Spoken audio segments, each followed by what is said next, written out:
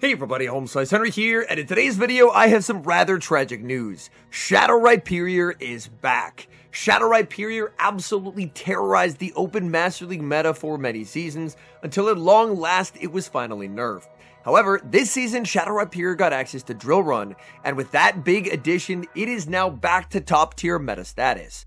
Now, these battles were submitted to the channel by a member of the community, Coconut Malt, the trainer who finished last season at rank 1 in the world on the global leaderboards, so many thanks for the battle submission. So, without further ado, let's hop into the matches, and let's watch Shadow Riperior absolutely destroying in the Master League. Hopping into the first match, picking up a very neutral lead, Lunala into Palkia. Palkia does have a pacing advantage, but looking to massively overfarm. Coconut's gonna build up and go for the Shadow Ball bait. He waits the turn, goes for the catch onto Zacian. Is this the triple resistant Spatial Rend? No, it is not. Palkia did go for the Aqua Tail bait. Opponent sends in Kyogre. They're running ABA Water, and that is not necessarily a good sign for the Shadow Riperior in the back. Zacian will get to connect with close combat. This is going to do very nice damage onto Kyogre. Kyogre is going to immediately undertap, and Coconut is going to be no shielding. Avalanche lands, KOing Zacian, but now Lunala gets to re-hit the field. Lunala going to be immediately met with the Avalanche, but this also will not take the knockout. Lunala has high incentive to get rid of Kyogre as soon as possible, but the opponent pivots out. They send back in Lunala. Kyogre is preserved, and that could be a very big problem. Lunala forced to put up the shield as Palkia goes for the Aqua Tail, firing off the Shadow Ball. Shadow Ball is going to be no shielded, and Palkia will get farmed down. They're going to bring in their final Pokemon in the back, which is going to be Dialga. Shadow Ball comes out from Lunala, and from here on out, it's the Riperior show. Dialga puts up the shield, in comes Shadow Riperior, and this game is over. Opponent pivots into Kyogre, trying for a catch. They do not get there. Back in comes Dialga. Opponent sees the writing on the wall and concedes the match. Hopping into the next match, we've got a perfect mirror lead, Lunala into Lunala. Now, he's running Best Buddy boost on his Lunala, so he's guaranteed to win Charge Attack priority, but the opponent actually opts out as they make a nice catch onto Zygarde. Zygarde is a Pokemon that is very strong in this iteration of the Master League. Lunala is going to bank energy, send in Zacian, but Zacian is about to get shredded by Earthquake. Earthquake doesn't one-shot, but it will hit for big, super effective damage. Earthquake connects, Zacian gets rocked. Zacian will get to hit back hard with Behemoth Blade. Behemoth Blade will not knock out the Zygarde, but it could potentially set up a scenario where he could try and soft lose the matchup and then go for even more farm on Lunala. So, Zygarde able to win switch advantage as Earthquake takes the knockout, but now in comes Lunala, and Lunala is able to get a nice 3 Shadow Claw head start. Back in comes the opponent's Lunala. Will his Lunala be able to hang on and make it to a second Shadow Ball? That would be absolutely critical, and it looks like he will get there. The opponent forced to fire off the Shadow Ball. Coconut puts up the shield. He wants this energy. No catch comes out from the opponent, and it's going to be Shadow Riperior up a shield versus the world. No, it's not. They actually sacrifice it. They're trusting in Xerneas to win this game, and in comes Shadow Riperior.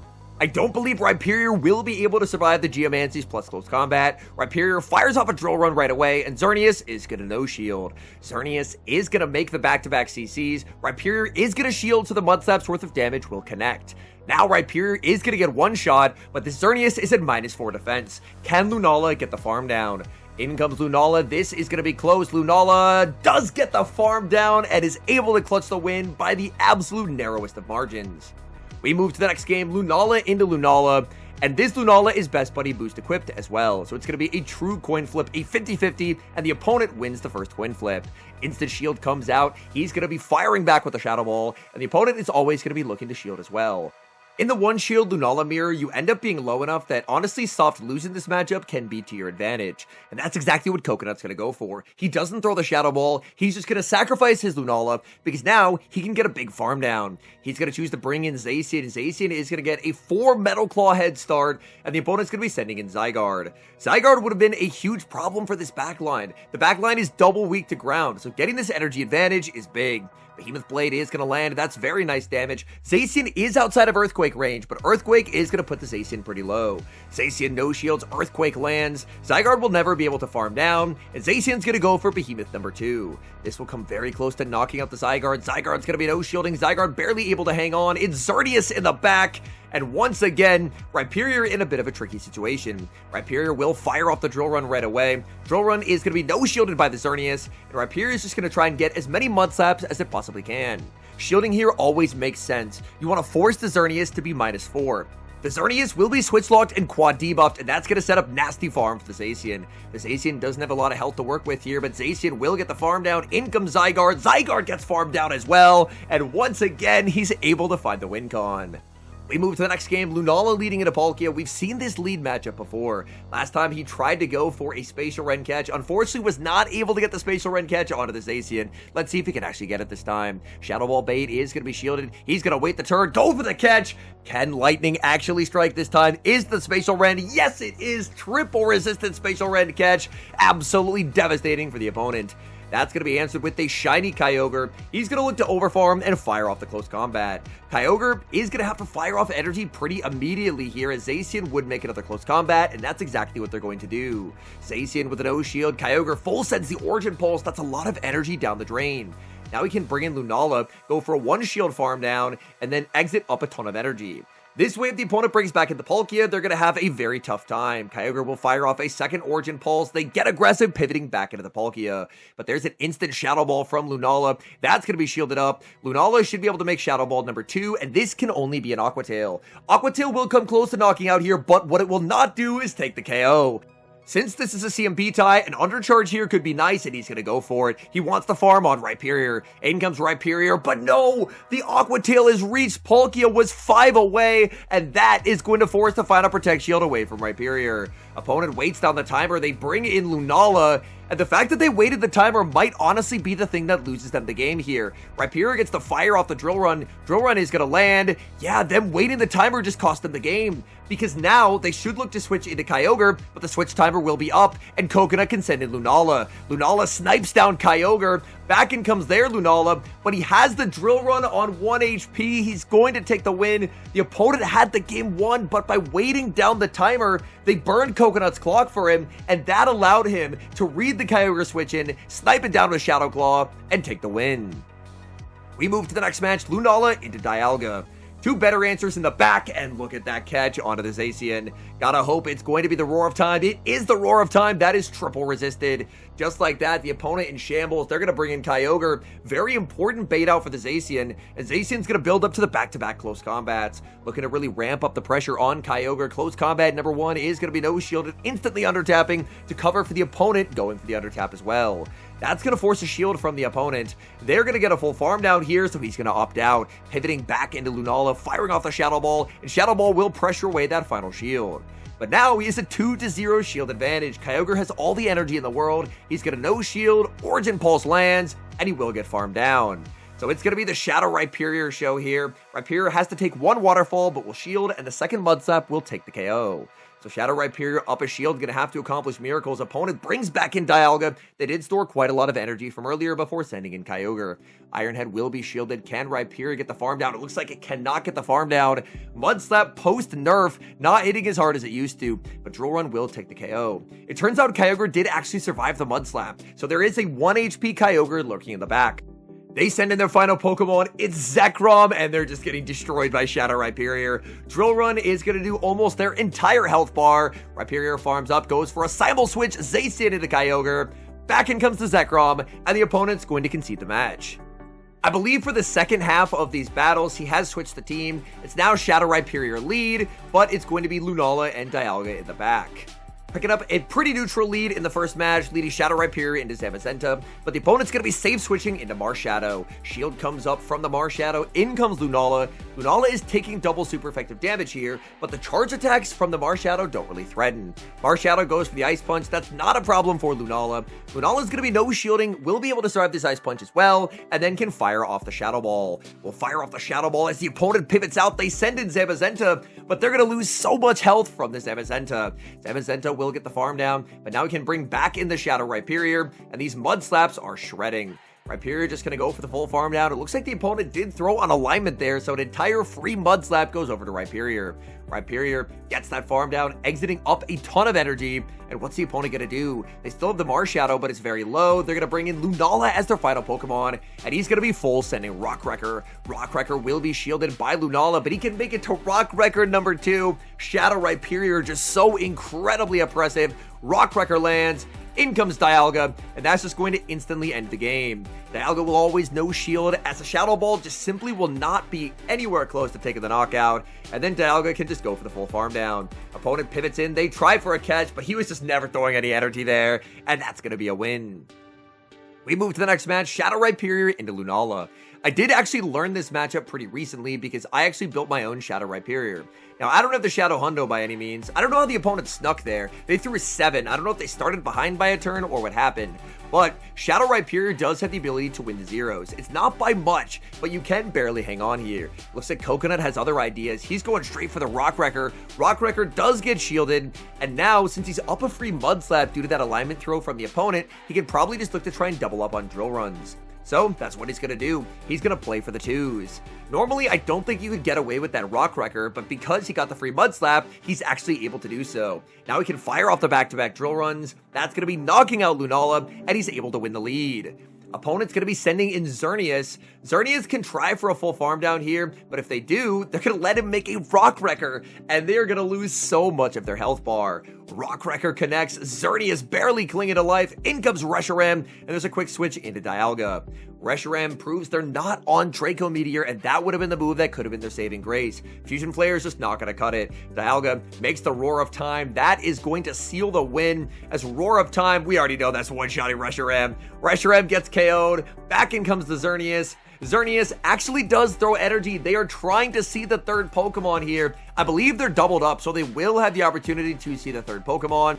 In comes Rhyperior, and that is going to confirm it. All they want is just to see the final Pokemon. They fire off the close combat there as well. In comes Lunala, one Shadow Claw KOs Xerneas, and will be taking the win.